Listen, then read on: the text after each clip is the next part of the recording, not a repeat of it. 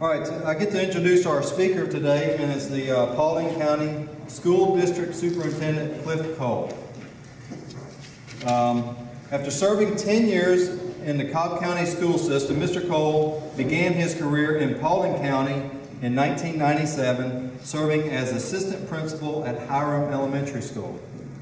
He's also served as a school principal, director of middle school operations, athletic director for the district, and assistant director of operations before becoming superintendent in April of 2010.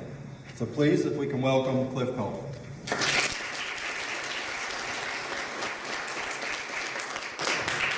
Thank you, and thank you for having me this afternoon. I wish I had a voice like Martin King, so just bear with me. It's always great to hear him at the different events we go to. Here we are, middle of August, and we've been in school now going on 3 weeks. So we had a great start. Students actually started on August 1st. Positive note, enrollment's creeping back up. The last couple of years it's dropped, but we'll talk about that a little bit more here in a minute. So I want to start with our vision. The vision of the Paulding County School District is to provide a safe, healthy, supportive environment focused on learning and committed to high academic achievement. Through the shared responsibility of all stakeholders, students will be prepared as lifelong learners and as participating, contributing members of our dynamic and diverse community. And of course, our mission is to prepare all students for success in the 21st century. And I think that's what you'll see in all our schools as we're working day by day. A lot of teachers are working very, very hard. A couple of years ago when I became superintendent, we sat down and looked at our data. We started with our administrators to identify the areas that we needed to work on. Went through the same process with our board members and same process with our district leadership team. And it was very apparent there were 3 areas that we needed to focus on. One was math. That was increased student achievement in math for all students in all the subgroups. When we talk about subgroups, we talk about students with disabilities, African American or English language learners, and also our economic disadvantaged students.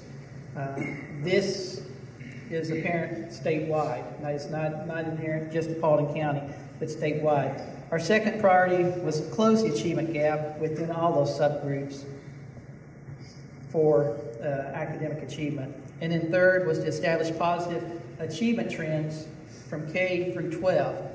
When a child enters kindergarten, our goal is to graduate that child. So we've got to look at transitions from elementary to middle school to high school, and what we're doing to prepare that student for graduation, and then moving on to post-secondary.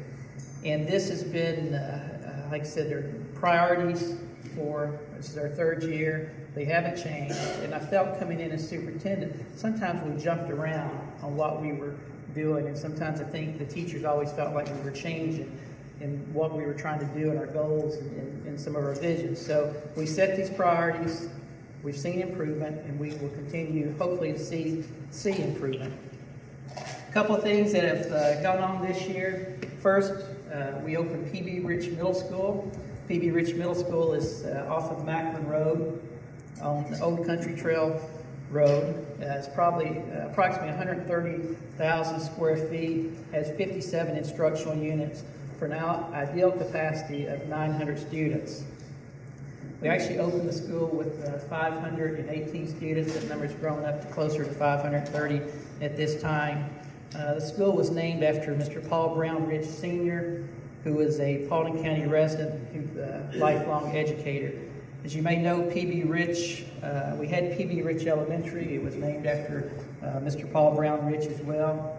That facility was closed at the end of this past school year. It was an elementary school. It had actually opened as a junior high, went to middle school, then elementary, and then we just felt it was very appropriate with the closing of PB Rich Elementary School that we carry the name to the middle school. Beautiful facility. If you have an opportunity, please stop by to see it. Hiram Elementary, got a lot of exciting things going on over there. We're in the process of tearing down 3 of the older buildings on that campus. We'll have a 2-story facility there. It's scheduled to open in July of 2013 with an ideal capacity of 875 students. And I know those teachers and students at Hiram Elementary are very excited about some of the things that are going to take place there. Another program that we are very excited about and very proud of is that we've opened the Academy of Science, Research, and Medicine at Paulding County High School. This will be our first magnet school. We felt like Paulding County High School was centrally located, it has the most history of the district, and it'd be a great place to start. Also, with the Academy, we wanted to look at some of the things that were going on in the county. With the new hospital coming in, the medical center, we wanted to focus the pathways for those students for careers that they could take on to college and come back to Paulding County to work. The students have 4 pathways in the magnet school. They're emergency services, biotech research and development, therapeutic services or nursing, and science and mathematics. The classes for the magnet school are AP classes. Students had an opportunity to apply at the end of the school year. So any 8th grader within Paulding County had an opportunity to apply for the magnet school. We provide transportation for all those students. Our goal was to start the academy with 60 freshmen. We identified, it was an application process. We identified those 60 students, and currently we have 51 of those students that are attending Paulding County High School in the magnet program. Again, these students, once they enter, they're Paulding County High School student, they're a patriot, they're eligible to participate in all the extracurricular activities that are offered at Paulding County High School. Every 5 years, the district has to go through an accreditation process, and we are starting to prepare for our accreditation process. That's quite a big deal for the school district. We will actually have our visitation in about a year. It'll be October of 2013. Many people ask what is accreditation, and basically the accreditation is a voluntary method of assuring not only us of what we're doing, but our community and stakeholders of what we're doing. It's an ongoing process to meet higher standards, engage in continuous improvement, and to demonstrate quality assurance through an external review. So we actually have, there's some school people, some non-school people that will come in and basically go through what we're doing with a fine-tooth comb and provide us feedback. We are using Advanced Ed for our accreditation process. And basically for us, it validates what we're doing well, and also will give us some feedback on where we need improvement, not only as a district, but within our local schools. The benefit of the accreditation, of course, is for our students. One of the benefits, it allows them to transfer credits from one school to another within the state, and also across our nation. It also allows them to gain better access to loans, scholarships, post-secondary education, our military programs, and other accredited institutions. But also it's a benefit from their school district's commitment to raising student performance and accountability. So like I said, that is quite a process. We'll be going through it in approximately a year. We'll be having some stakeholders meetings. If you're interested in any of those, the first one is in October. We'll continue those through the school year, and some information will be on their website. We'll move on to budget, just to kind of give you an overview of our budget for FY13, which is our current operating budget. We anticipated approximately $192 million in revenues. Our expenses were approximately $199 million, so that left us a shortfall of $7 million. Our fund balance at the end of June, or end of our fiscal year, was approximately $22 million. So as we went into FY13, we made up the difference there by going into our fund balance. And you'll see in a few minutes that we have more expenses this year than we did last year, and I just kind of wanted to explain some of those. We have an increase in health costs. For our classified employees, it's approximately $2.5 million. For our classified employees, we are paying the district's part of their health insurance. It was $150 more per month per employee than what we did over last year. That trend will continue. We've been notified by the State Health Department that trend will continue for at least the next 3 years. So we will anticipate those numbers to continue to grow. Health insurance for our certified employees, the district's contribution was approximately $2 million more than last year. We're also required to maintain a minimum salary step from the State Department of Education. Those step increases with our classified employees was approximately $700,000. Certified employees approximately $2.3 million. And your certified employees are your teaching staff, administrators. Classified staff would be your paramedics, lunchroom workers, bus drivers, office workers. Also, our teachers, we pay, required by the state to pay into the teacher retirement system. Our percent increased, which was a cost to the district of $1.4 million. So those are some of the expenses that we have seen increase over last year. And of course, as you are well aware, the tax digest has dropped,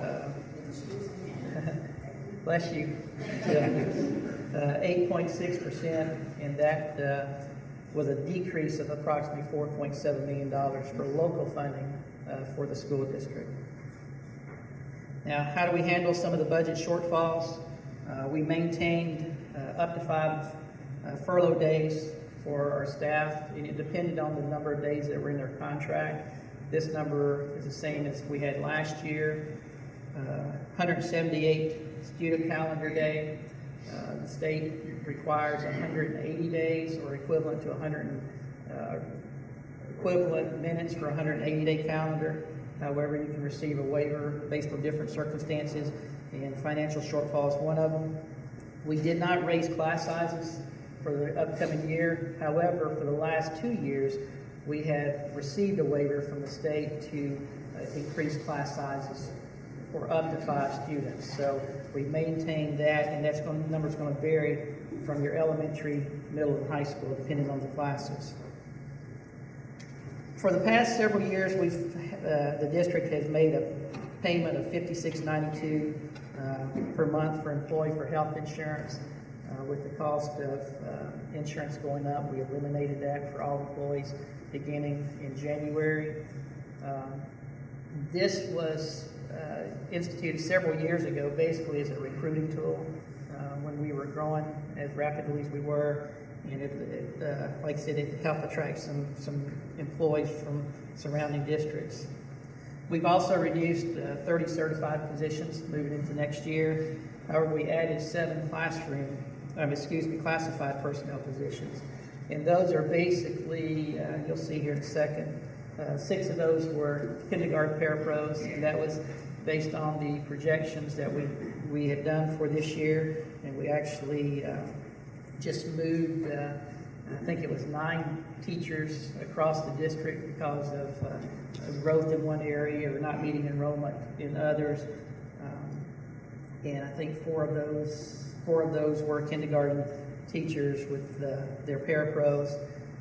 You just see a breakdown there of what we've had. This classified positions. With the new middle school opening, we did have an additional in-school suspension parapro. When we look at certified, you see a reduction of 25 teachers district-wide, 5 district certified staff, and those are the staff that work district-wide out of our office. Those all were position cuts. They were not specific people through attrition. when you have difficult times, economic times, you look at the way you're doing things. We've looked at the way we've scheduled. Again, we really monitored class sizes. You know, several years ago, if you were close to in your projections, many times you would just allot another teacher, where we can't do that anymore. So again, it was just looking at what we were doing with their scheduling. Also, we had projected our enrollment would drop by about 100 students this year. And we do anticipate that it will drop. I don't know that it's going to drop by 100 students, because right now we are a couple students over our projection. And that number is normally based off an October count that the state does. So we'll see how we turn out there. This is just an interesting slide I wanted to point out. If you look at 2012, 2013, you can see our projection for our students was 28,167.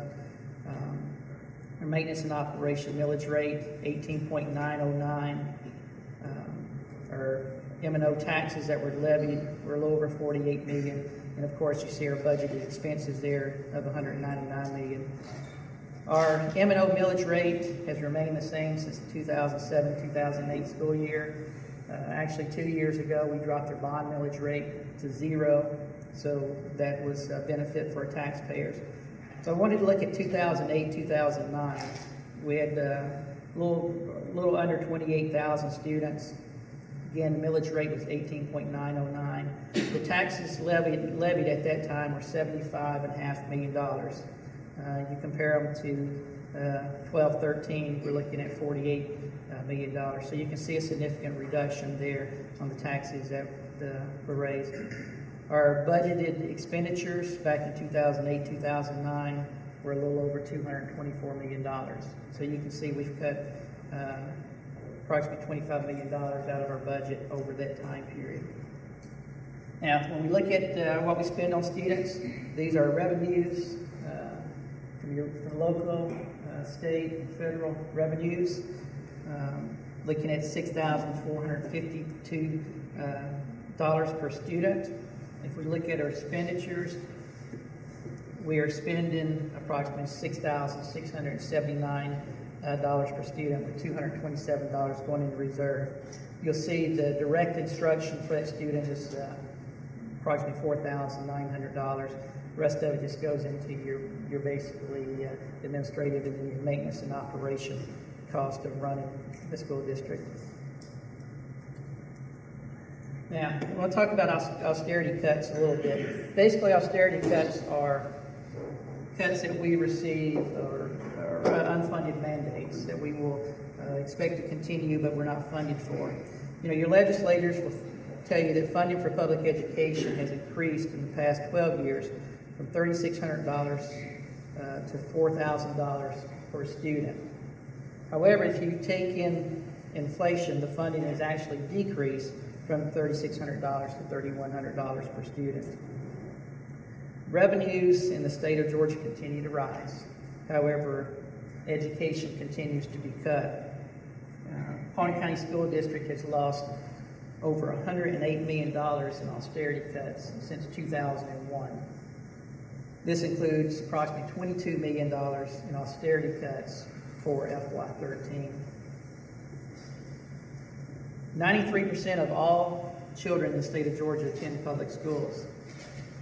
What economic price will we all pay in the future if we don't adequately fund education? You know, we realize that we have our challenges ahead of us, and we'll continue to battle those challenges. You know, I think our teachers are working harder than they ever have. I will tell you, and I know I'm biased, but I think our education system is better than it ever has been. And I'm not only talking about here in Paulding County, but I'm talking nationally.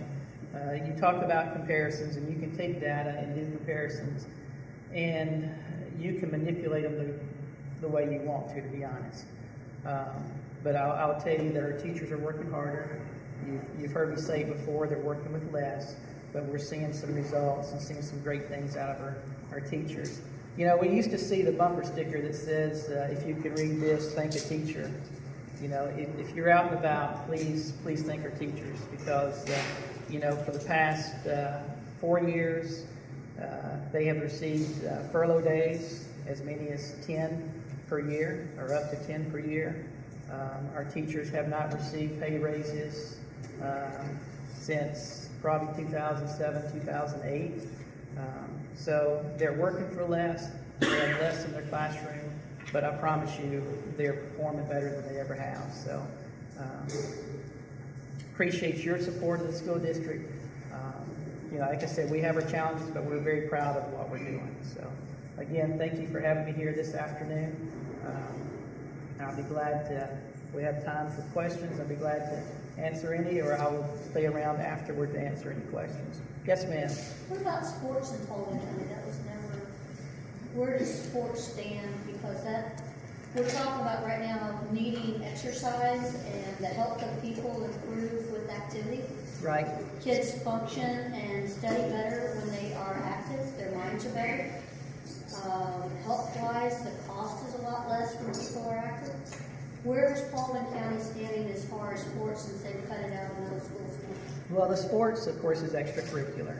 So we have, physical education classes in elementary, and many of the districts across the state have cut their physical education, their art, music. It's maintained a priority for us, through middle school and high school. The sports are self-sufficient.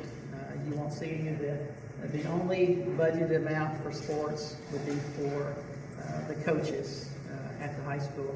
The middle school, we've actually probably, even though they're not associated with the school district, a lot of the booster clubs have picked up the middle school sports, so you actually see. There's only football and soccer, from what I understand. They also have basketball. I'm sorry, it's not soccer. It's not soccer. It's football and basketball, and they also have baseball, and they have wrestling in the middle school. So they have picked up some extras that we weren't offering in middle school. Soccer, and it's changed hands. West Metro Soccer Association, I can't remember the new organization now, has done a good job of picking up the soccer there. Southern Crescent. I'm not sure. So again, I'm a former physical education teacher, so I don't disagree with you. Again, that's one of the reasons why we have worked hard to maintain our elementary physical education programs. Yes, sir. If they pass the voucher program, how does that affect? And I'm just going to be honest with you. I have to be careful here with how I approach this, because I can't solicit a vote.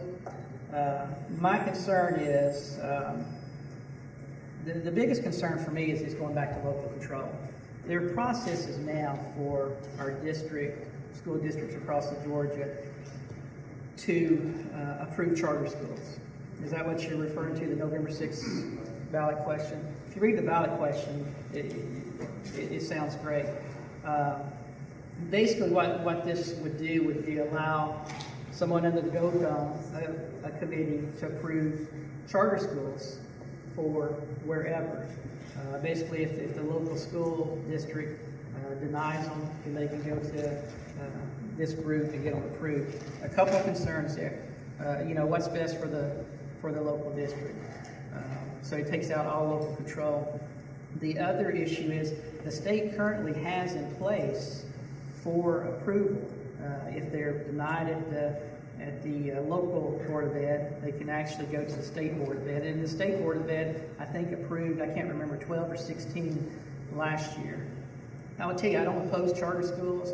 There's a couple of ways to go charter now. You can do a conversion, which basically, I'll use City of Marietta as one. They've conversed to a charter system. Or you could do a startup charter school, which the local Board of Ed approves, and it can be either part of your school district, or it could be an outside agency coming in. The other issue is a lot of these companies that are coming in for soliciting charter schools are for-profit organizations. And our legislators will say they will not be, won't be taking any money from education.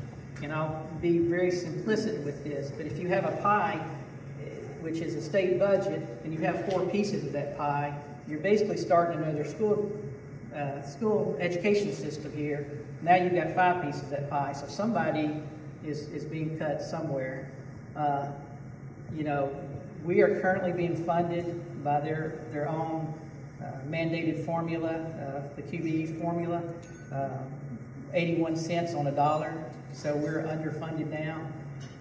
The other issue that I have, to be honest with you, is we welcome all students. We don't care what their background is. We don't care what color they are. We don't care what disability they are. We welcome all students. Charter schools they can select students that they accept. Also, many of them, especially your for-profit ones, will have the parents sign an agreement that they're going to participate or volunteer so many hours within the school. So those are some of my concerns. I'll put it that way. The biggest thing, though, is back to local control. Yes, ma'am. I have 4 children in the Paulding County school system. 3 of them are in the gifted program or the venture program. As of last year, they had removed the venture program in the middle school. And the reasoning behind that is? Well, when we looked at, and I have 2 children that are in the gifted program, and I actually have an 8th grader, so he was impacted as well. The rationale behind that was really to bring the academic achievement not acceleration, but rigor. Thank you. The rigor to some of those students who may not be in the gifted program, but similar to the high school. They're more now in advanced placement classes. So you still have, the rigor of the academic classes, especially in middle school. Elementary remained the same. I don't know what age your children are, but the elementary program remained the same. We changed it in middle school really to help prepare them with the rigor, a broader group of students for high school. Now, we did run into some bumps last year because we wanted to make sure that we had more teachers that were certified in the gifted area. I think anytime you make some changes, you're going to have some bumps, but what we anticipate is really seeing the academic achievement of a larger group of students instead of just those that are isolated improve and be better prepared once they get to high school. So really the idea was to think of it as in high school for the advanced placement classes and use that, and that's the model that we're using in the middle school. Anything else? Well, again, thank you. Yes, sir.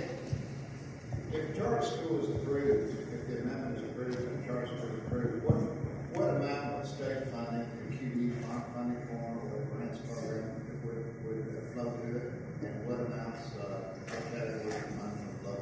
Yeah, I don't have exact dollars. I know the information that we got last week was that it would be funded.